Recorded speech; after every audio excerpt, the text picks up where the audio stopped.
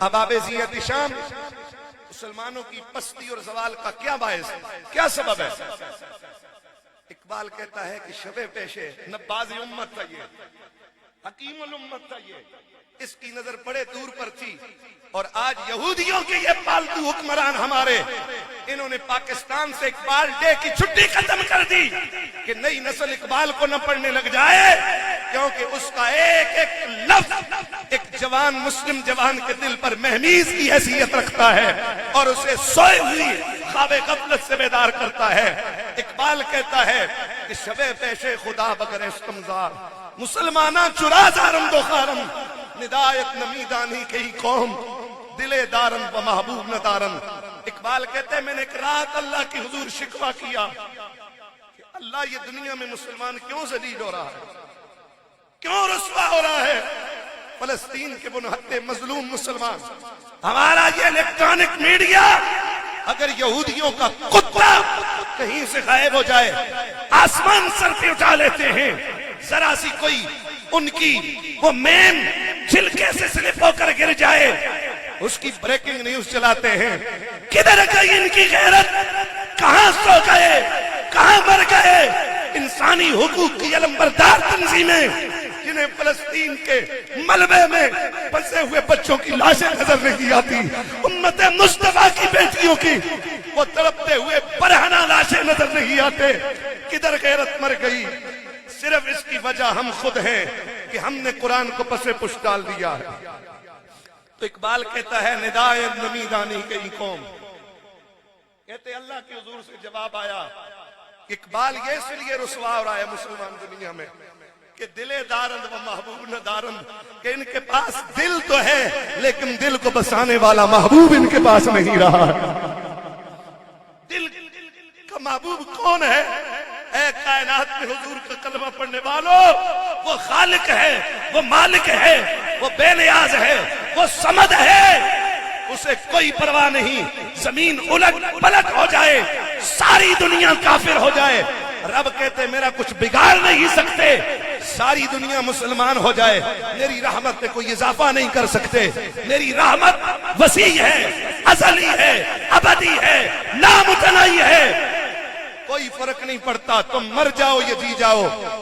لیکن کہا یہ جو تمہارے اس وجود میں ایک گوشت کا لوتھڑا جسے تم دل کہتے ہو، میں رب نے تمہارے وجود میں یہ جو دل ہے، یہ دل فقط میں نے تجھے محمد سے پیار کرنے کے لیے دیا ہے، حضور سے محبت کرنے کے لیے دیا ہے۔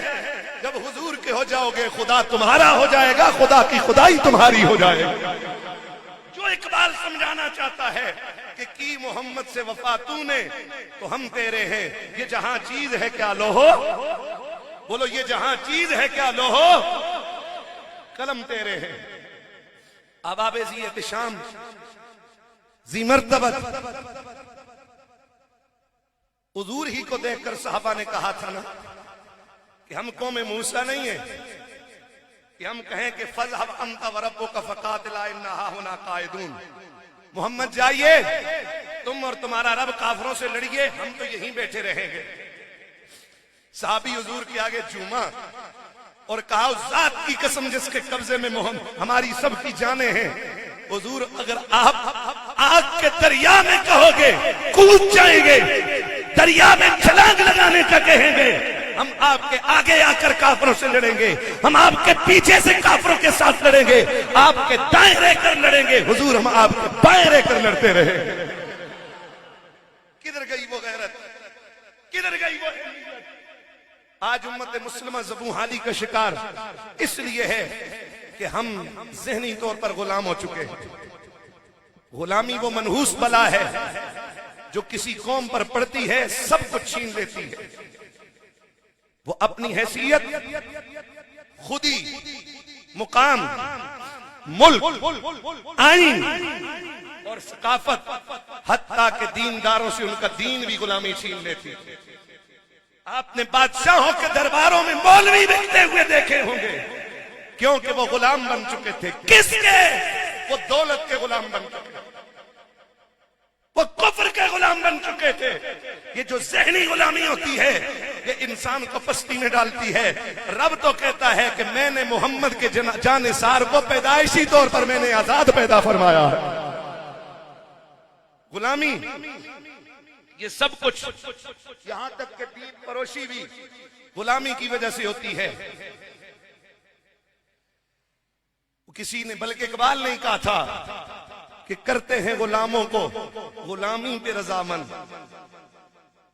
دیکھیں نا ہم آسیہ کو سزا نہیں دے سکتے. یورپین کنٹری سے ہمارے تعلقات ہیں, وہ ناراض ہو جائیں گے.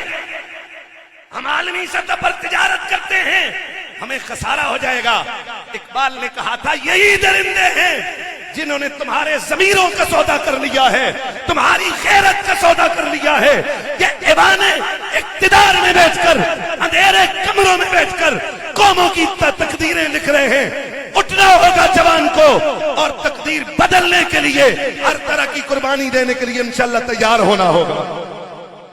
اور اقبال کہتا ہے کہ غلاموں کو کرتے ہیں غلاموں کو غلامی پہ رضامند, تعویل مسائل کو بناتے ہیں بہانہ.